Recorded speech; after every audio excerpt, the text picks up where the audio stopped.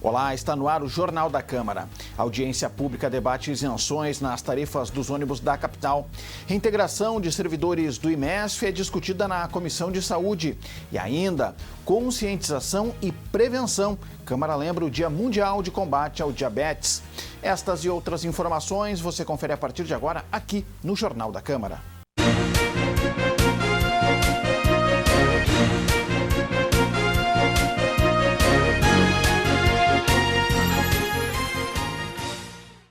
A Câmara da Capital realizou audiência pública na noite desta terça-feira para debater o projeto da Prefeitura que trata das isenções no transporte coletivo da capital. O Executivo destacou que a nova proposta contempla alterações sugeridas pela sociedade ao texto anterior. A ideia do governo é reduzir de 14 para 6 o número de isenções concedidas aos diversos segmentos. Com isso, o Executivo projeta queda no valor da passagem e mais qualidade no serviço. No projeto atual, estudantes com renda per capita de até R$ 1.650 terão descontos que chegarão a 100% na primeira e na segunda tarifa, como no caso dos alunos do ensino fundamental. Portadores de deficiência e pessoas com HIV, com renda não superior a R$ 6.600, terão o limite de 60 viagens mensais, com a possibilidade de aumento do número de isenções. Para ter direito ao benefício, é preciso cadastro no CadÚnico.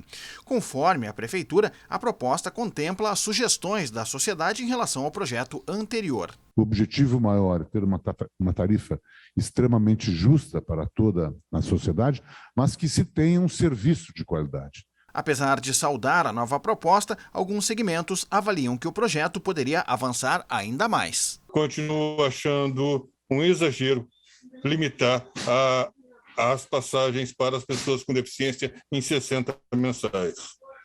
Hoje já são 60 passes mensais e assim continuará podendo ser ampliado mediante uma avaliação como é hoje. O projeto anterior, diferente do substitutivo, na questão de comprovação de renda, ele tratava e era relacionado ao salário mínimo, né? Fica esse questionamento de como vai se dar isso ano após ano, né? Porque afinal o salário mínimo ele muda todo ano. E para nós hoje essa visão de colocar através do CadÚnico irá burocratizar mais ainda o acesso a um direito. Que a inscrição no CadÚnico vai ajudar o município, a prefeitura, a organizar as suas políticas públicas através destes dados da população. Lá no artigo 29 do projeto que foi enviado, está justamente dizendo que anualmente será reajustado por decreto. Por quê? Porque o salário mínimo às vezes tem correções acima da inflação e às vezes abaixo da inflação. Então vai se buscar por decreto o índice que reajusta todos os contratos da prefeitura para ficar mais equânime. A audiência foi conduzida pelo presidente do Legislativo, o vereador Márcio Binzeli, do PDT. Parlamentares também se manifestaram sobre a proposta. Como bem disse o Ramires, o Záquia, todos foram ouvidos, né? Todas as necessidades trazidas para a mesa de diálogo e de conversação foram ouvidas e foram, dentro do possível, atendidas, né? Pelo menos agora nós temos a transparência de esse pagamento ser feito por quem diz que essa isenção tem que ser bancada. Não vai ser mais recaído sobre as costas daquela pessoa que não tem direito à isenção. Então, eu parabenizo o governo nesse sentido, porque não existe almoço grátis. Acho que uma possibilidade deve existir de nós deixarmos de apresentar os valores em reais de limites e voltarmos a colocar em termos de quantidade e percentuais de salário mínimo. Quem vai pagar? Claro, agora tem que tirar as isenções do transporte, porque o caixa é um só. O dinheiro do povo, dos impostos, é um só. De algum lugar tem que sair. De novo vai sair dos mais sofridos, dos mais vulneráveis. A Cosman voltou a discutir a situação dos funcionários do IMESF. Os servidores defendem a reintegração dos profissionais aos serviços do município. Uma audiência pública e a convocação do secretário de Saúde serão encaminhadas pelos parlamentares. O encontro virtual reuniu os vereadores membros da Cosman e as lideranças dos funcionários ligados ao Instituto Municipal da Estratégia da Saúde da Família. Em pauta, a reintegração dos colaboradores do IMESF. Conforme os sindicatos que representam a categoria, a Prefeitura organiza um processo de terceirização da área da saúde em Porto Alegre. Para os trabalhadores, a medida precariza os serviços básicos de saúde oferecidos na capital gaúcha. Nós já temos um número insuficiente de agentes comunitários, já estava faltando agentes comunitários, né, nas equipes, pelo número de população. Tá? E o que ele faz? Ele reduz o número, ele reduz esse número, ele precariza mais o serviço oferecido à comunidade. Desde dezembro de 2020, quando 552 funcionários do IMESF foram demitidos, os trabalhadores defendem que os serviços oferecidos pelo Instituto são melhores e mais baratos para o Executivo Municipal. Todos os trabalhadores do IMESF, agentes comunitários de saúde, técnicos, enfermeiros, dentistas e assim por diante, prestaram um concurso público, prestaram um processo seletivo de provas e títulos. Passaram. Ninguém está ali por indicação de ninguém. Portanto, esses contratos, eles não são nulos, porque eles estão dentro dos permissivos constitucionais, daquilo que o artigo 37 da Constituição assim o requer, que é a aprovação em um processo que seja igualdade de condições para todo mundo. Passaram pelos seus méritos. Parabéns a todos esses 1.850 trabalhadores que faziam um excelente trabalho, e que foi opção política da Prefeitura e não comando judicial que está os demitindo. O secretário municipal de saúde, Mauro Esparta, não compareceu à reunião. Como representante do Executivo, participou o chefe de gabinete da SMS, o economista Carlos Fete Paiva Neto. De um lado, as lideranças sindicais pedem que as demissões que já ocorreram sejam anuladas e que os trabalhadores do IMESF, que hoje estão fora das atividades, sejam absorvidos pela Prefeitura no setor de saúde. Do outro lado, o Executivo afirma que as decisões estão sendo tomadas pensando na qualidade do atendimento e principalmente na saúde financeira do município. A nossa pauta aqui ela é uma pauta direcionada aqui à questão de possível reintegração dos servidores, mas, ao mesmo tempo, existe uma responsabilidade toda de gestão que faz com que as decisões, mesmo que sejam muitas vezes impopulares ou do ponto de vista do interesse dos servidores, elas têm a questão do bem público como norteador principal. Então, o encaminhamento dessa questão do IMESF, ele tem considerado todos os elementos possíveis, jurídicos, tecnicamente, para que se tome as decisões que contemplem diversas circunstâncias, tanto quanto a questão financeira, que é fundamental. Eu acho que é um desrespeito com a Câmara e com todas as instituições o secretário de Saúde não estar presente, porque ele é a pessoa que poderia dar um norte, né, e dizer o que realmente está acontecendo. Eu sei da tua boa vontade de estar representando a secretaria. Eu acho que a secretaria tinha que ser mais pontual e dizer assim, olha só, nós vamos fazer isso, isso e isso. Não é do nosso contento, ok, mas pelo menos a gente sabe o que está sendo feito. Tu vai me perdoar, mas assim, eu acho que é muita enrolação e pouca solução, sabe? Eu acho que a gente tem que ser mais objetivo nas questões e nas pautas para que a gente realmente possa dar um norte para o que é importante, que é a atenção primária, né? É vergonhoso nós fazer aqui uma reunião desta natureza, com o governo demitindo todo santo dia agentes comunitários, perdendo empregos, atenção básica e o povo sem atendimento. Eu ouvir aqui um relato do Carlos Fete, me perdoa, Carlos, mas tu fez um relato como se estivesse numa reunião de governo. Demitimos tanto, vamos demitir até o dia tanto, e assim assado. Aqui nós estamos te implorando, não demita mais, pelo amor de Deus. Os vereadores participantes da reunião também cobraram uma solução definitiva sobre os rumos dos funcionários ligados ao IMESF. Como é que a gente vai pensar a estratégia de saúde da família se os médicos são transitórios hoje nos postos terceirizados? Eles não estão parando nos postos. O concursado parava por vários motivos.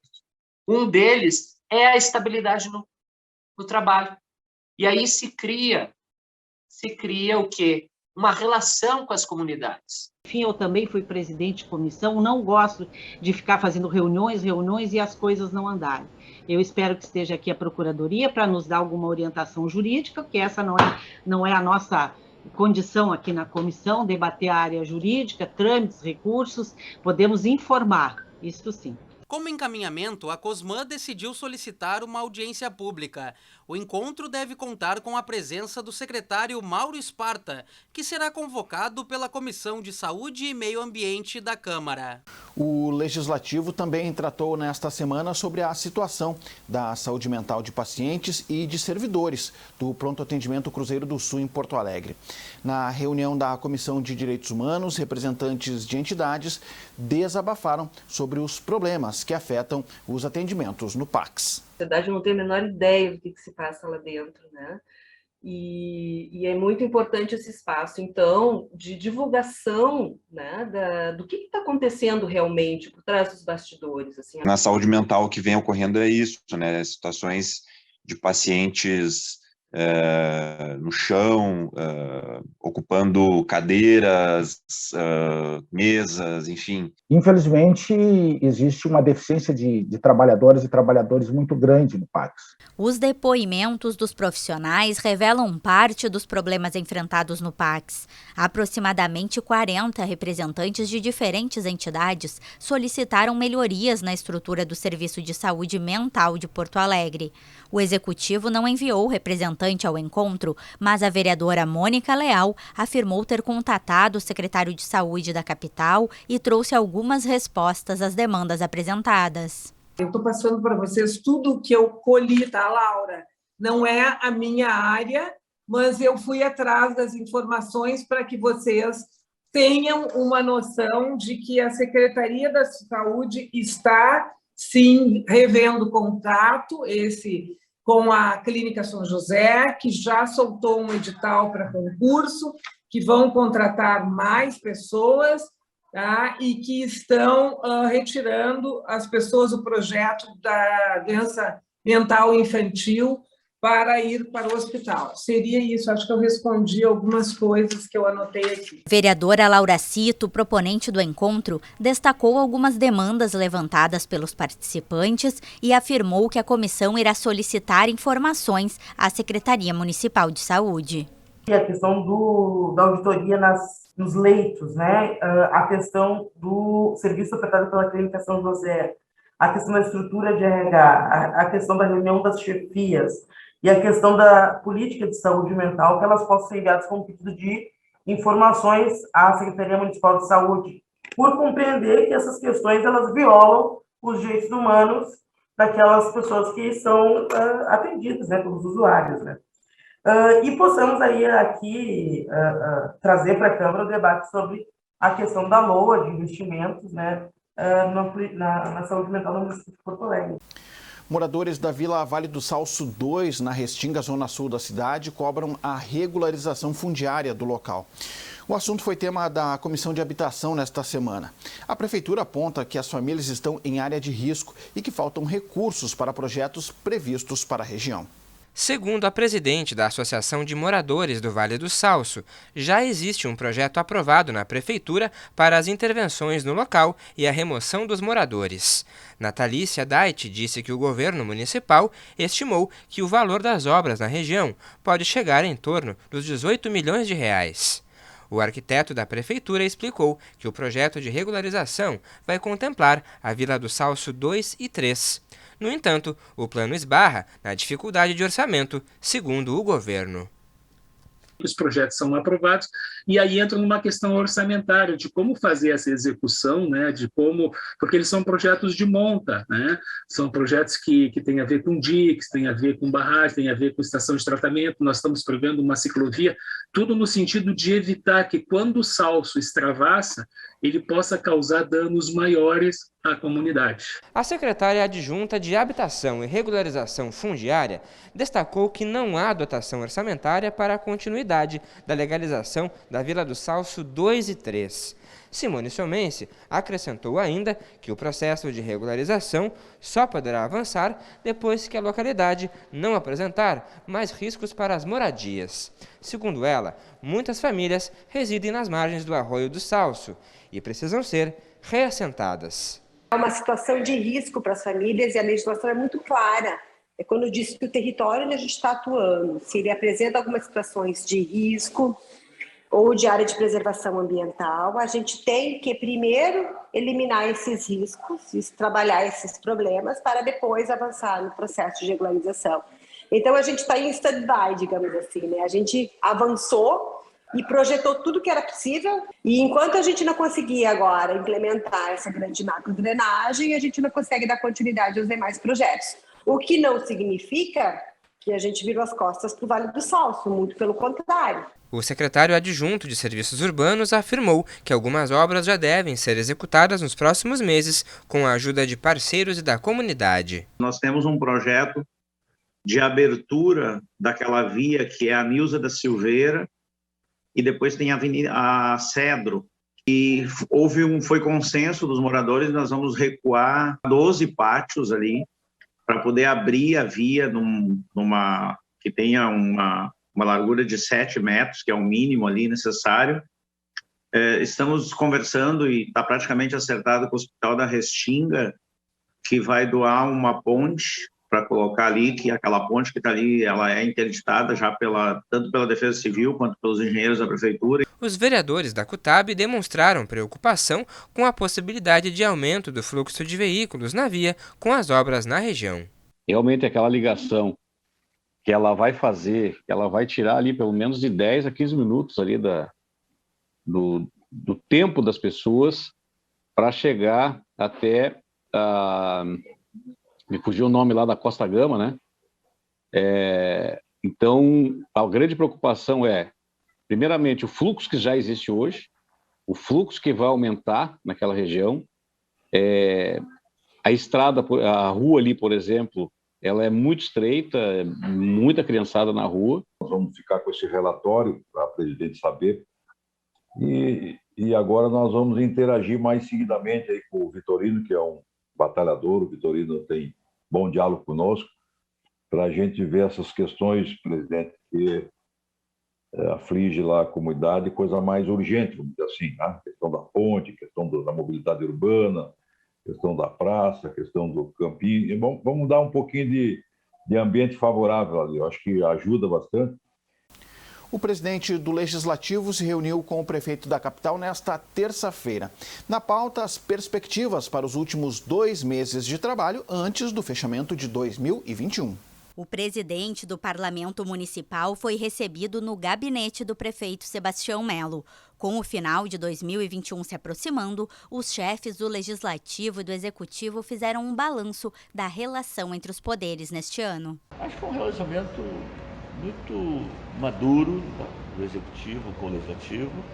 Sou muito grato pela maneira que o presidente conduziu, né, todas as audiências públicas, todos os projetos que foram para a pauta, e o plenário é dado a deliberação final. O vereador Márcio Binzeli destaca a harmonia entre Executivo e Legislativo. O presidente da Câmara ainda garante que a agenda do Parlamento da capital está cheia para os 2 últimos meses do ano. Falta pouco, mas esse pouco ainda é intenso. Nós temos o orçamento, nós estamos com 17 audiências públicas agendadas até o fim do ano, todas elas na sequência terça e quinta, terça e quinta. Eu acredito que nós faremos sessões extraordinárias todas as quintas-feiras até o final do ano para vencer a pauta.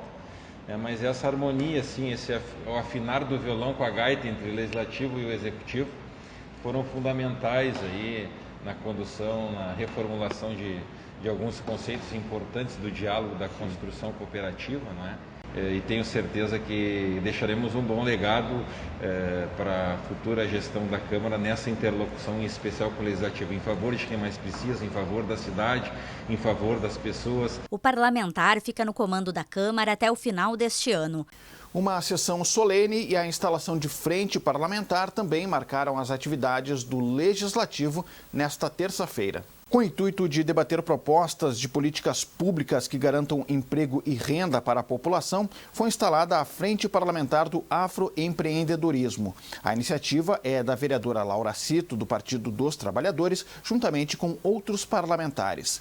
Mais cedo, o administrador de empresas, Luiz Carlos Camargo, recebeu o título de cidadão de Porto Alegre. A homenagem foi proposta pelo vereador Ramiro Rosário, do PSDB. E a Câmara da Capital também homenageou o Instituto Dunga. A atividade ocorreu na sessão de segunda-feira, quando os representantes da entidade divulgaram um projeto social organizado durante a pandemia. O projeto Seleção do Bem 8 nasceu dentro do Instituto Dunga, entidade que trabalha há mais de 20 anos, focada no desenvolvimento de cada cidadão. Ao longo dos últimos 20 meses, as ações sociais foram intensificadas para ajudar a combater os prejuízos causados pela pandemia de Covid-19. Dentro de campo, Dunga conquistou muitos títulos na carreira, mas segundo ele, as maiores vitórias desse gaúcho estão sendo alcançadas fora das 4 linhas. Desde o início da pandemia, o projeto Seleção do Bem 8 já arrecadou quase 360 toneladas de alimentos. Hoje em dia, Dunga trabalha para derrotar outros adversários, a fome, o frio e a vulnerabilidade social. Um dos nossos fatores de divulgar é para que essas instituições tenham visibilidade, que outras pessoas possam ir ajudar diretamente.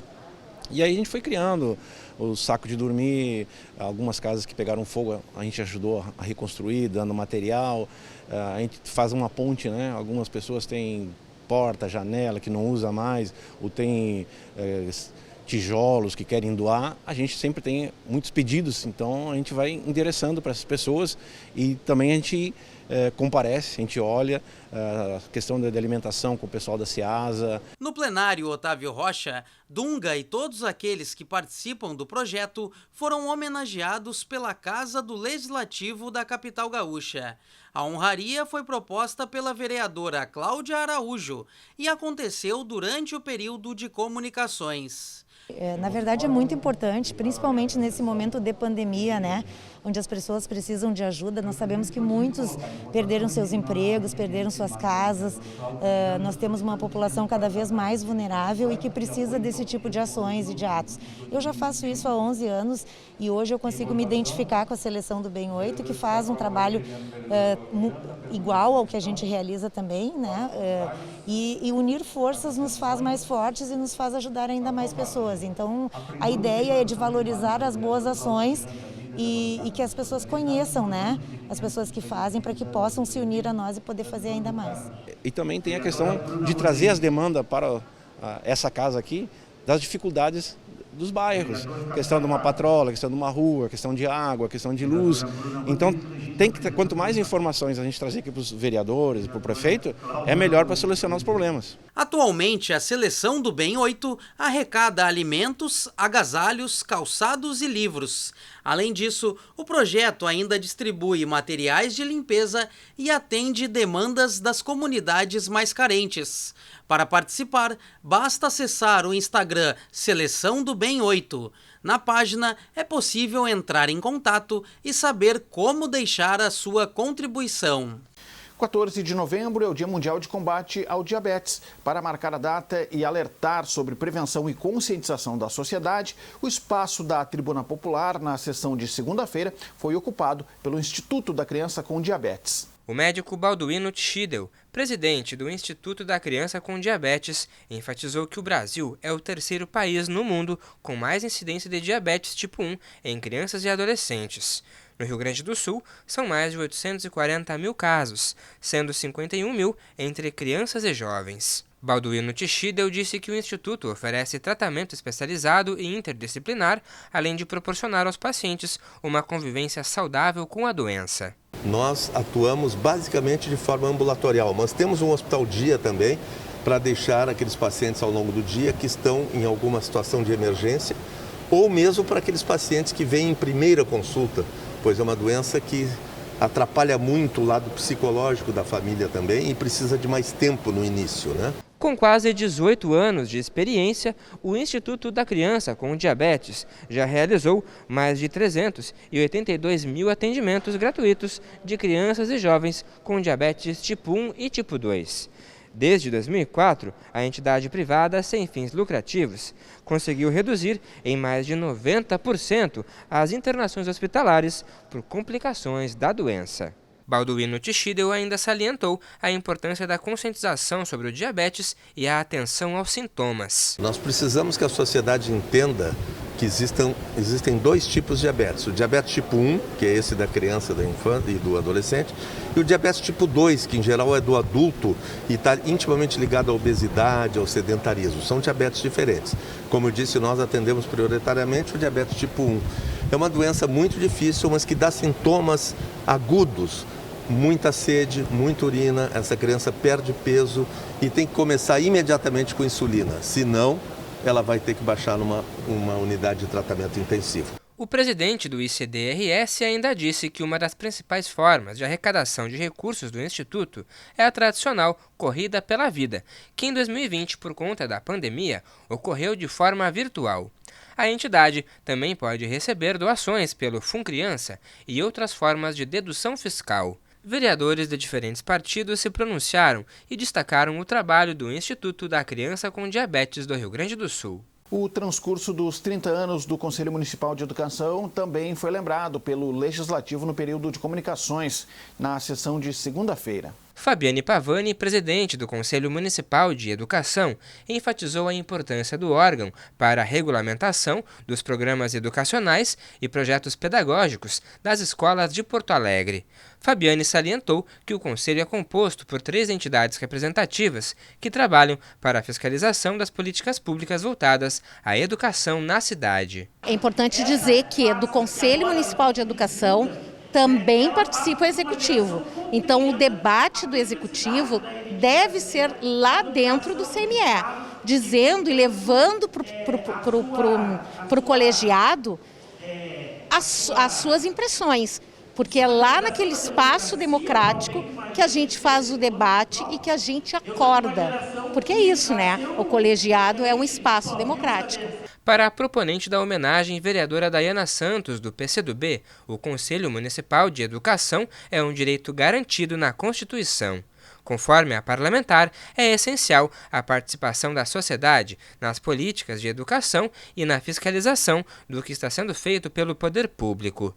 Segundo a vereadora, o Legislativo deve garantir que o trabalho do Conselho seja efetivo. E acho que a Casa Legislativa ela tem que se apropriar disso e se somar a um conselho, aos conselhos, como uma forma de legitimar um trabalho que é importantíssimo para a comunidade, para a população, para a sociedade de Porto Alegre. Se não é executado, nós temos uma falha gravíssima.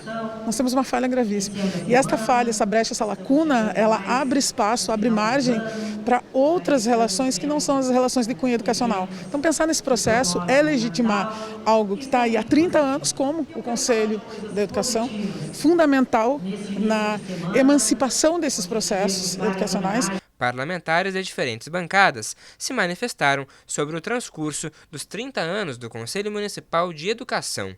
O órgão foi instituído em 23 de janeiro de 1991 por meio de uma lei complementar regulamentada por decreto. E a sessão de segunda-feira também foi marcada pela posse de vereador suplente na bancada do Solidariedade. Paulo Schuster enfatizou a importância do mês de novembro para a valorização da consciência negra. O vereador ainda pediu a atenção dos parlamentares para os estudantes carentes que enfrentam dificuldades de aprendizagem por conta da pandemia. Porque muitos alunos, a gente começou a frequentar as casas deles e ver que era um celular para 5 crianças. A internet mal funcionava lá dentro, porque eram uns R$10 que eles colocavam de crédito e tudo. Então isso me tomou uma ideia, de tentar conversar com os colegas, tentar ver com a prefeitura, que colocasse uma internet mais gratuita lá para que aquele pessoal possa estudar e depois disso ter um auxílio, dentro do trabalho social que eu penso. fonoaudiólogos, que eles perderam muito esse espaço. Morador do bairro Passo das Pedras, na zona norte da capital, Paulo Schuster foi conselheiro tutelar por 4 anos na microrregião 10. Atualmente, exerce a função de mecânico. O parlamentar ocupa a cadeira do vereador Cláudio Janta, do Solidariedade, até a próxima sexta-feira. O Jornal da Câmara de hoje fica por aqui. Confira mais informações do Legislativo nas nossas redes sociais e no site da Câmara de Vereadores de Porto Alegre. Muito obrigado pela sua audiência. A gente se encontra na próxima edição. Até lá.